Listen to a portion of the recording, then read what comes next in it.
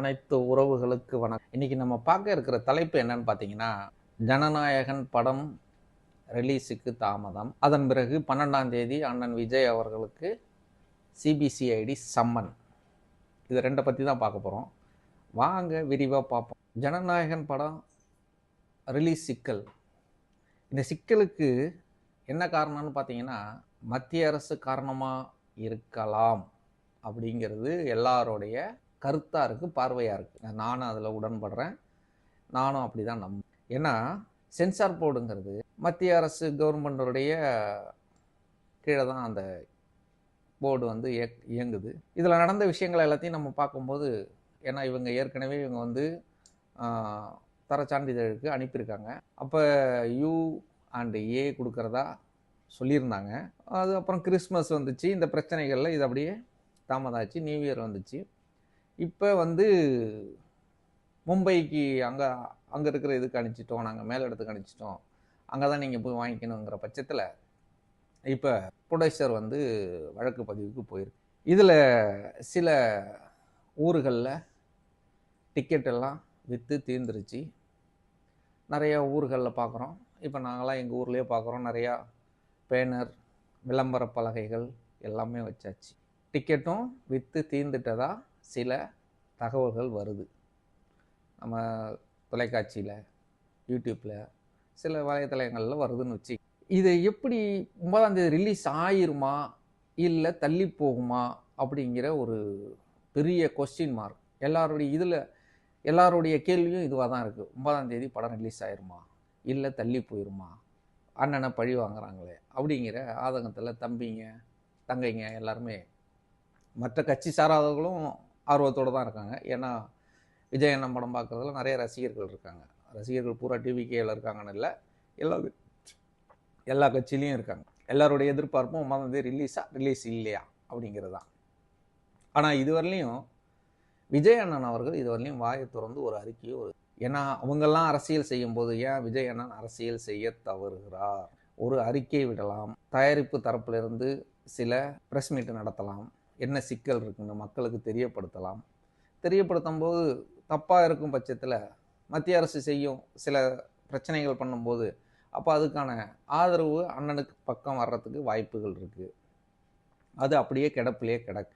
So இது முழுக்க மத்திய அரசினுடைய செயல்பாடு தான், அவங்க போடுற முட்டுக்கட்டை தான், அதில் எந்த மாற்று கருத்தும் இல்லை.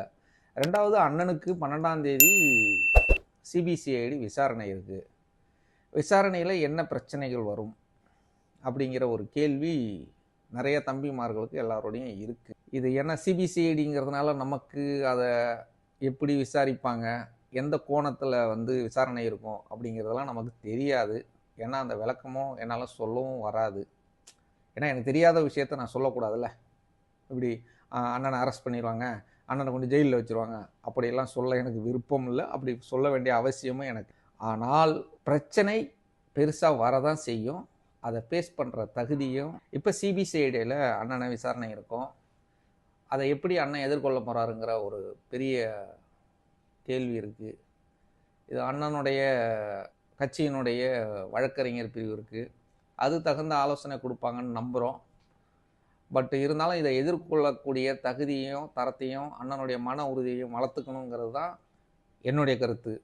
ஏன்னா அரசியல் கட்சிங்கும்போது இதெல்லாம் நிறைய பிரச்சனைகள் வரதான் செய்யும். அதை ஃபேஸ் பண்ண வேண்டிய சூழ்நிலைகள் இருக்குது. அது கண்டிப்பாக அதை எதிர்கொண்டு தான் ஆகணும், தவிர்க்க முடியாது.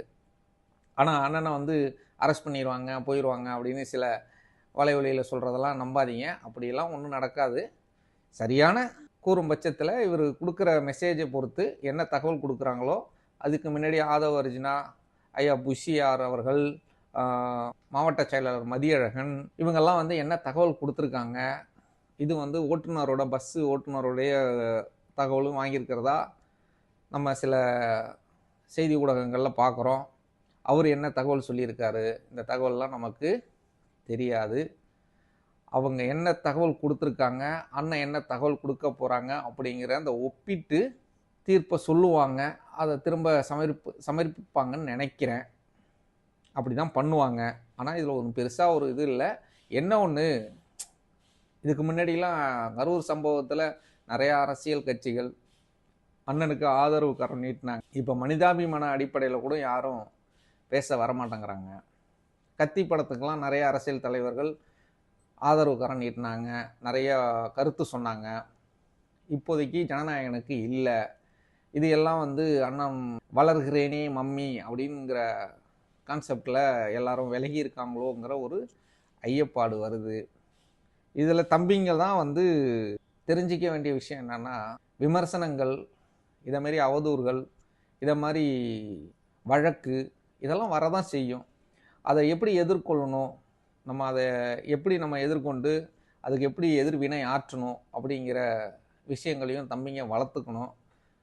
மன உறுதியும் இருக்கணும். இதுதான் என்னுடைய கருத்து. நீங்கள் ஒன்றும் பெருசாக இதை சொல்லி நம்ம மற்ற வலைவெளியில் போடுற மாதிரி ஊன்னு சொல்கிறதுக்கு நமக்கு விருப்பம் இல்லை. காழ்ப்புணர்ச்சியின் காரணமாக சில பேர் அவதூறுகளை அள்ளி வீசுவாங்க. நமக்கு யார் மேலேயும் காழ்ப்புணர்ச்சிலாம் இல்லை. ஆனால் பிரச்சனை இருக்குது. இப்போ இதுலேயே நீங்கள் டிஎம்கே சதி பண்ணிருச்சு அப்படின்னு சொல்கிறத விட்டுட்டு நம்ம பிஜேபி என்ன பண்ணோம், எதுக்காக கூப்பிடுறாங்க, இதெல்லாம் அண்ணன் தான் முடிவு எடுக்கணும். ஏன்னா தம்பிகளுக்கு வேற ஒரு சந்தோஷமான நிலையில் இருப்பீங்க. ஏன்னா நிறையா பேர் கட்சியில் சேர்றாங்க. கட்சியில் சேர்றவங்க யார், அவங்க எப்படிப்பட்டவங்க, இதெல்லாம் தெரிஞ்சு கட்சியில் சேர்க்கணும்.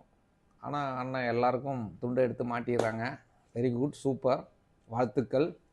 சேர்ந்தவங்களுக்கு சேர்ந்து சரியான முறையில் பணியாற்றினா சரி. இருக்கிறவங்கள இப்போ நீங்கள் டிஎம்கேவை குறை சொல்கிறீங்கல்ல, என்ன சொல்லுவீங்க குறை சொல்கிறது?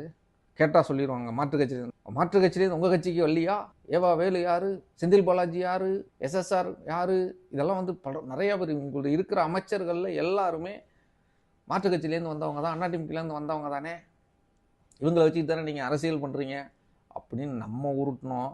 இப்போ நம்மளை பார்த்து கேள்வி கேட்பாங்க. என்ன பண்ண போகிறோன்னு தெரியல. இதுக்கெல்லாம் தயாராக இருக்கணும். ஏன்னா இதே நிலைமை தான் நான் போன வீடியோவில் சொல்லியிருந்தேன். இந்த மாவட்ட செயலாளர்கள், முன்னாள் ரசிகர் மன்ற தலைவர்களுக்கு என்ன பிரச்சனை, அதனால் வர்ற பிரச்சனையை அண்ணன் எப்படி எதிர்கொள்ள போகிறாருங்கிற விஷயத்த சொல்லியிருந்தேன். இப்போ கட்சியில் சேர்ந்தவங்களுக்கு காரணம் இல்லாமல் சேரல. உங்கள் கட்சியில் பொறுப்பு வாங்கலாம். புதிய கட்சி வேட்பாளர் எனக்கு ஏற்கனவே நின்ன அனுபவம் இருக்குது, எனக்கு அரசியல் நிறைய புரிதல் இருக்குது அப்படின்னு சொல்லி தொகுதி கேட்பாங்க. கொடுக்க தவறுனா இன்னொரு கட்சிக்கு போயிடுவாங்க. ஏன்னா அவங்களுக்கு கட்சி மாறி போகிறது புதுசு இல்லை.